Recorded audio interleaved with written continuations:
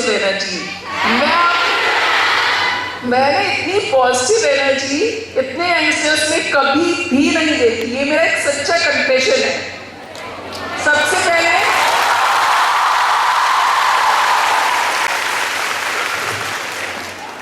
पहले हाथ जोड़ के माफी चाहती हूँ, और मेरे को मालूम है वहां बैठ के सुनना बहुत ही बोरिंग और आपकी लाइफ में बहुत ही पक्का होता है ना।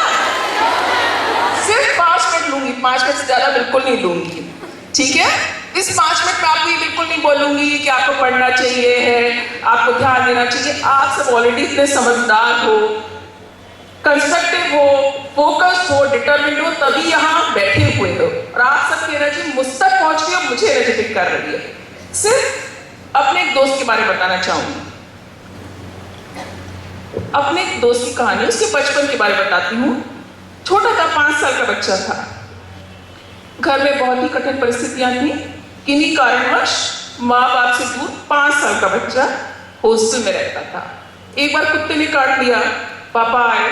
उस समय कुत्ते के काटने पे 14 इंजेक्शन लगा करते थे, जो कि आज नहीं लगते हैं। डैडी आए, डैडी ने 1 इंजेक्शन लगाया।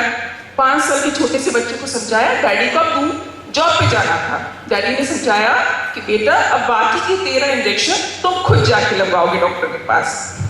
बच्चे ने कहा ठीक है। हॉस्टल में रहता था, अकेला था, और आप विश्वास नहीं करेंगे, किसी के लिए भी विश्वास करने लायक बात नहीं है कि वो 5 साल का बच्चा डॉक्टर के पास नियमित रूप से गया और उसने बाकी के 13 इंजेक्शन लगाए। ये सच्ची घटना है।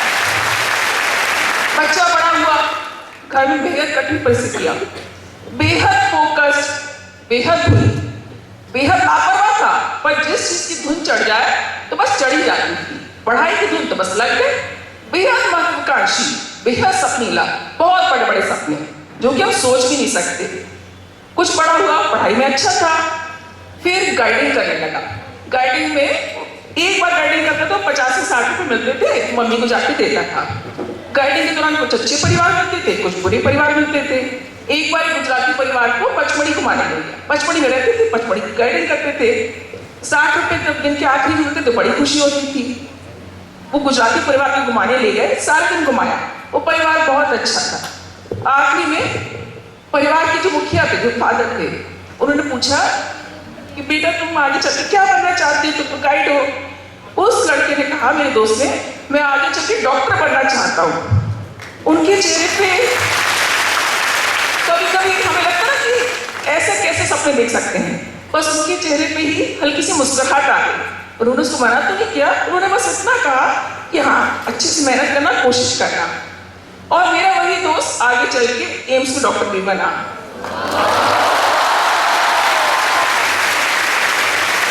So girls, and I won't say guys, only girls are present over here, that's even better. So girls, presenting to you Dr. Avyakt Agrawal, है ना? मेरा वही दोस्त आगे चल के डॉक्टर बना और मेरा लाइफ पार्टनर बना।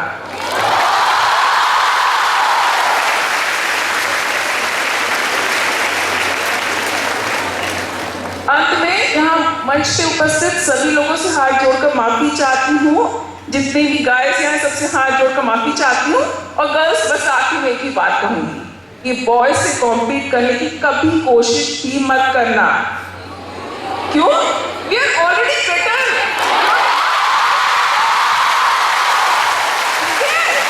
So keep up the spirit. Thank you so much. Over to Dr. Avyakt Agrawal.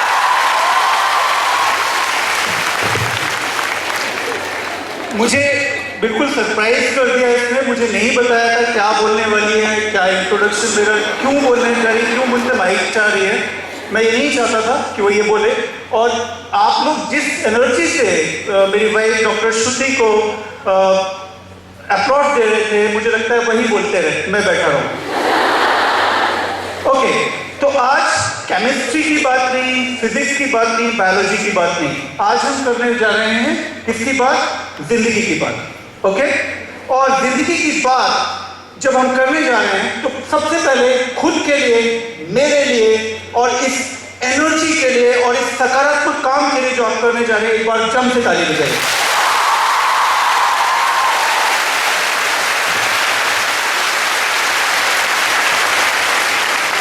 तो ये बताइए कि जब जिंदगी की बात करते हैं हम, तो आप सब सफल होना चाहते हैं? वंडरफुल। सफलता जो होती है ना, वो उम्र दर उम्र उसकी परिभाषा बदलती रहती है। मेरी सफलता की परिभाषा आपकी सफलता की परिभाषा से अलग होगी, ठीक है? आपकी अपनी, याद करो या याद नहीं किया होगा, 1 साल की उम्र पर आप चलना शुरू किए थे, चलने की कोशिश करते थे, फिर गिर जाते थे, लेकिन फिर चलने की कोशिश करते थे, और कभी गिरते थे, रोते थे, कभी हंसते थे, आपकी माँ की जान निकल आती थी जब आप गिरते थे, लेकिन आप चलने की कोशिश करते थे, और एक दिन आप खड़े हो जाते हैं 10 महीने 11 महीने की उम्र पर या 12 महीने की उम्र पर, और जब खड़े हो जाते हैं, वो घर में सारे माँ, पापा, डैडी सब फोटो ले लेते हैं, खुशियां छा जाती हैं कि आपको बच्चा चलने लगा। वो दिन आपके लिए सफलता का पल था वो सफलता का पल। इस तरह से फिर कुछ दिन बाद आप बड़े हो गए, मैडम छोटा सा स्टार बना दिया करती थी कॉपी पर, या एक्सीलेंट लिख देती थी, और आप टॉप ऑफ वर्ड समझने लगते थे। मुझे सब कुछ हासिल हो गया, समझते जैसा मैं बेस्ट हूं, मैं सर्वश्रेष्ठ हूं, ये फीलिंग आती थी ना। आज क्या चाहते हो? आज कुछ और चाहते हो, एक एग्जाम क्रैक करने के लिए बैठे हो, डॉक्टर बनने के लिए बैठे हो, जो भी पाना चाहते हो, है ऐसा? तो सफलता की परिभाषाएं हमारे साथ उम्र के साथ साथ बदलती रहती है। मेरी अपनी सफलता की परिभाषा क्या है, यदि समय हुआ तो लेक्चर के अंत में जरूर बताऊंगा, लेकिन क्योंकि मैं आपके बीच आपकी बात करने आया हूं, आप कैसे सफल हो, कैसे सफल महसूस करें, तो इसलिए मैं सिर्फ आपकी सफलता की परिभाषा पर बात कर रहा हूं, ठीक है? तो हमें लगता है कि काश कोई ऐसा मंत्र होता है यार कि हम वो जपते रहो जो सफल हो जाते हैं। लगता है सबको? तो चाहते हो ऐसा मंत्र? धीमा बोला, इतनी ऑडियंस में इतनी आवाज काफी नहीं, क्या चाहते हो ऐसा मंत्र? वंडरफुल।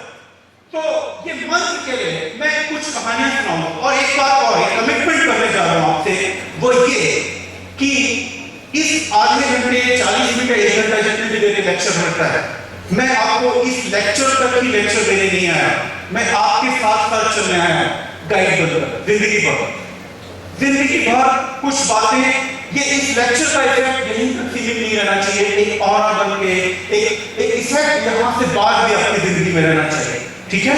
तो उसके लिए सबसे अच्छा तरीका क्या होता है? नानी दादी की कहानियां, ठीक है? सुनते थे? नानी दादी की कहानियां सुनते सुनते सो जाया करते थे ना, तो आज तो नहीं सो जाओगे, आज सोना नहीं है, लेकिन मैं सुनाऊं, ठीक है? हुआ क्या कि एक गुरु थे, वो गुरु चले जाते थे जीवन के बहुत गूढ़ रहस्यों को आसानी से समझा देने के लिए, ठीक है? उनके शिष्य थे, तो एक बार एक शिष्य ने पूछा यही प्रश्न जो मैंने आपसे पूछा, और आपने सबने एक साथ कहा बोला, वो ये कि सर या गुरुजी, कोई तो मंत्र होगा ऐसा जिससे हम सफल हो सके, जिसको हम जपें रोज और हम सफल हो जाए, सब कुछ हासिल कर लेंगे, वो है समझ? तो गुरुजी ने बोला हाँ है, प्रकृति में इर्द गिर्द फैला हुआ है, सब जगह तुम्हें दिखाई नहीं देता। गुरुजी प्रांगण में, वो आंगन में एक कोने के पास लेकर आए, और वहां कुछ चींटियां चल रही थी। गुरुजी ने उसी शिष्य से बोला कि हाथ रखो, हाथ से चींटियों के रास्ते पर हाथ से अवरोध बनाया शिष्य ने। सुन रहे हो सर? क्या करेगी चींटियां? आपने भी देखा है, हम सब बच्चे हैं जब ये खेल करते थे, है ना, चींटियों के रास्ते को रोकते थे, मेरे ख्याल से सबने किया। आप लोगों की जनरेशन थोड़ी सी इंटरनेट और मोबाइल फोन वाली है, बट मुझे लगता है कि ये क्या होगा, चींटी का रास्ता हम सबने रोक कर देखा है ना? तो वो रास्ता हमें कोई लेसन सिखा के जाता था। वो क्या था? चींटी रुकती थी थोड़ी सी देर के लिए, बिल्कुल थोड़ा सा देर, लेकिन पीछे नहीं जाती थी, रास्ता बदलती थी, और फिर वो अवरोध पार के आगे बढ़ जाती थी। होता था ऐसा? तो गुरुजी ने बोला कि ये जो चींटी बोल रही है, कर रही है ना, ये बोल रही है कि मैं ये कर सकती हूँ, और यदि चींटी को इंग्लिश आती तो वो क्या बोलती? I can do it. या वंडरफुल। तो उस चींटी को इंग्लिश आती थी उसने कहा I can do it, okay. फिर गुरुजी उन शिष्यों को एक प्रांगण में लेके गए, उसी प्रांगण में कैक्टस के पौधे लगे थे। बोला मैं ना तो इन पौधों को ना तो पानी डालता, ना खाद डालता, ये पौधा तो इवन रेगिस्तान में उगाता है, इस पौधे की भाषा क्या है? आई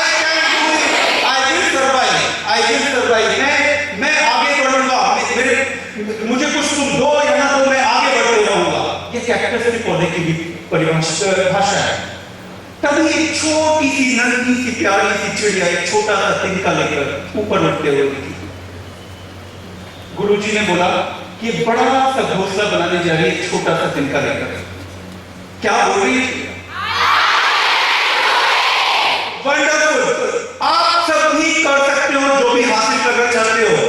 सफलता आपके भीतर है, लेकिन फर्क यह है कि I can do it term तक, जीत तक नहीं रहना चाहिए, ये आपकी सेल्फ में होना चाहिए। और क्योंकि आप तो बायोलॉजी के स्टूडेंट हो तो मैं बोल सकता हूं कि आपके डीएनए में होना चाहिए आई कैन डू इट। और आपकी आवाज से लग रहा है कि यू कैन डू इट।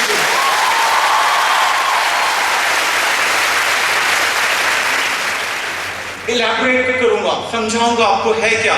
जितनी भी सक्सेस स्टोरीज दुनिया की आप देखेंगे, इस एलन कोचिंग इंस्टीट्यूट के संस्थापक माहेश्वरी जी की भी देखेंगे तो अननोइंगली उन्होंने ये एसडीसीए फॉलो किया होगा, अननोइंगली।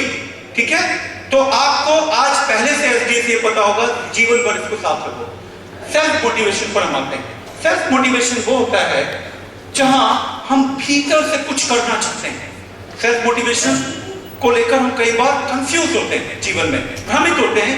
हमें लगता है एक किसी डॉक्टर की लंबी सी मैंने कार देखी, उसके क्लिनिक के बाहर बड़ा सा बहुत सारी भीड़ देखी, उसका बड़ा सा हॉस्पिटल देखा, या एक अखबार में छपी हुआ उसका इंटरव्यू देखा और मुझे लगा मैं तो यही बनना चाहता था, यही डॉक्टर तो बनना चाहता था मैं।